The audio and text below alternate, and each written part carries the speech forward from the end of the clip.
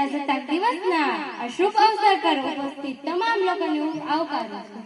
આજે આપણે ખાસ દિવસને યાદ કરવા માટે અહીં એકઠા થયા છીએ, જેણે એક મજબૂત રાષ્ટ્ર તરીકે આગળ વધવાની તક આપી। પ્રજાસત્તાક દિવસ આપણને યાદ અપાવે છે આપણે એક સાથે છીએ અને એક જ ભારતીય પરિવારના સભ્યો છીએ। આપણા નવા રાષ્ટ્રના નિર્માણ માટે સાથે મળીને આગળ વધી રહ્યા છીએ। આપણો દેશ ભારત। ચાલો આજે મને કોઈ જણાવશે કે આપણા દેશનું નામ ભારત કઈ રીતે પડ્યું? તો રાજા દુષ્યંત અને શકુંતલાના પુત્ર ભરતના નામ પરથી આપણા દેશનું નામ ભારત પડ્યું।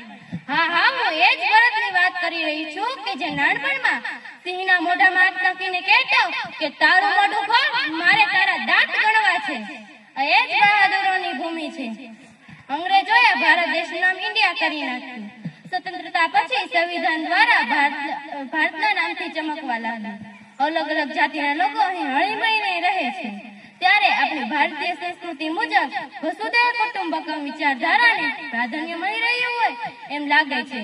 વસુધૈવ કુટુંબકમનો અર્થ થાય છે કે ધરતી જ પરિવાર છે।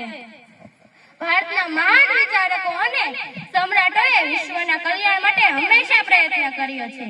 ચક્રવર્તી અશોક સમ્રાટ યુદ્ધ છોડીને આત્મ શાંતિ માટે બૌદ્ધ ધર્મ અપનાવ્યો હતો।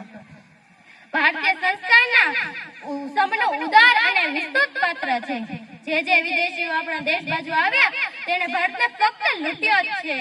આટલું થયા પછી પણ આપણો ઇતિહાસ બતાવે છે કે ભારત હંમેશા બીજા દેશોની સંસ્કૃતિ, ભાષા, ધર્મ વગેરેનો આદર કરીને પોતાનો હિસ્સો બનાવીને અપનાવ્યો છે। એટલે જ આપણો ભારત દેશ મહાન છે। છેલ્લે હું તમને એટલું જ કહીશ કે मैं उस देश की नागरिक हूँ जिसके माथे पे गंगा और हाथों में तिरंगा है।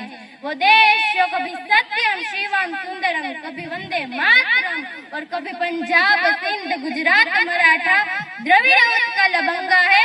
मैं उस देश की नागरिक हूँ जो हर ठुकराए हुए की शरण सली बन जाता है और 7 समुंदर पार परदेसियों को भी अपना ब्रदर एंड सिस्टर कहकर बुलाता है। यही प्रेम की पूज्य भूमि भारतवर्ष कहलाता है। भारतवर्ष कहलाता है।